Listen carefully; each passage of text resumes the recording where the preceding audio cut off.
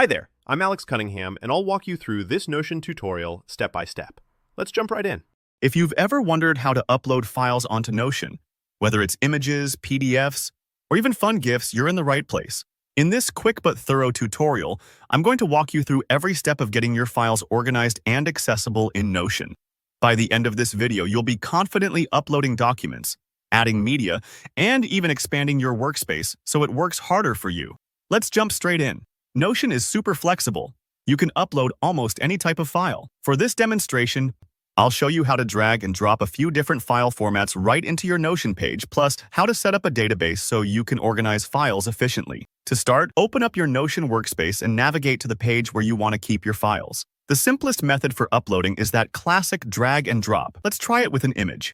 Just grab an image file from a folder or your desktop, then drag it directly onto the Notion page. You'll notice that Notion instantly gives you a little preview of your image, My Boats, neatly embedded in your notes or workspace. What's great about this is you can use images to brighten up meeting notes, project dashboards, or even personal to-do lists. And if your image doesn't appear right away, don't worry. Sometimes it takes a second to process, especially for larger files.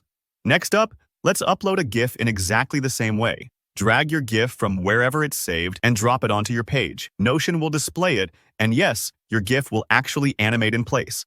This is perfect for making your workspace more dynamic. Maybe you want to highlight a mood or add a little humor. GIFs are fantastic for expressing ideas quickly, or simply for personalizing your workspace. Let's try something a bit more practical now. A PDF. Drag your PDF onto the page and let Notion handle the rest. Once it's uploaded, you can click the preview to view the document right there in Notion. This is handy for storing reports, ebooks, meeting agendas, anything you want quick access to without hunting through folders. Now, if you're handling a lot of files and want better organization, creating a database in Notion is a game changer. All you need to do is type the for databases command and select the database format that fits your needs. Think of a database like a digital filing cabinet. Each row is a drawer you can label and fill with specific information. To make your database more powerful, add a Files and Media property by editing the database's Properties panel. This property lets you attach files directly to each database entry.